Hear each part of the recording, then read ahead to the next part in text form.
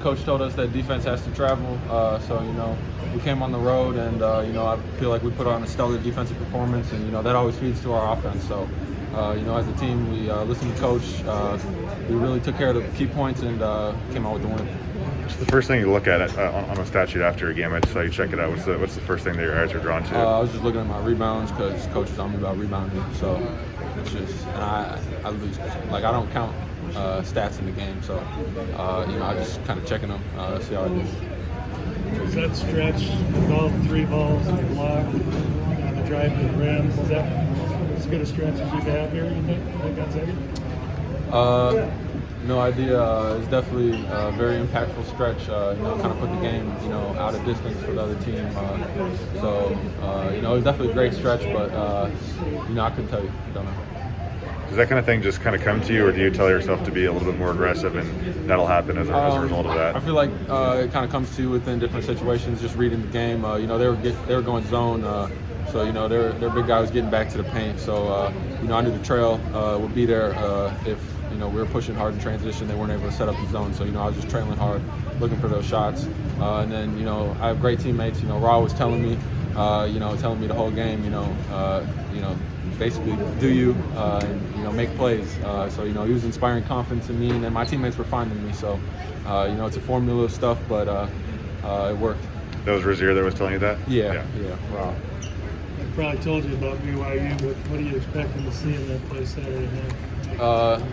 I've never played there before, but we have vets on the team that I've asked about it. Coach Cox tells us about it all the time. It's definitely a special experience. It's crazy in there, and nothing's easy. From tip all the way till the buzzer at the end of the game.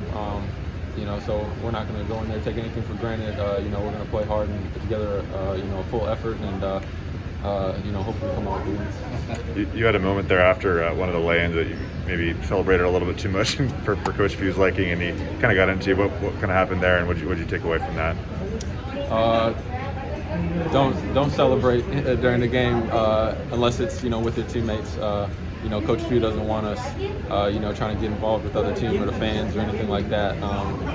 He told me just let my game speak for itself and leave all the extra stuff out. We got time for one more.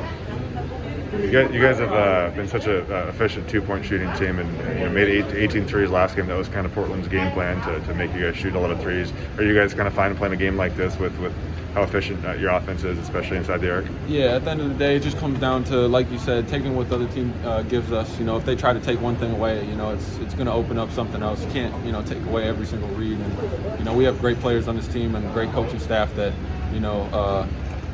figure out game plans for us, and we kind of just and we have a great point guard too, Andrew. He reads the game and sets up teammates great, and all the way down to even the white squad that we practice against every day. They usually do other teams scout, and we go up against them, and sometimes they're better than the team we end up playing.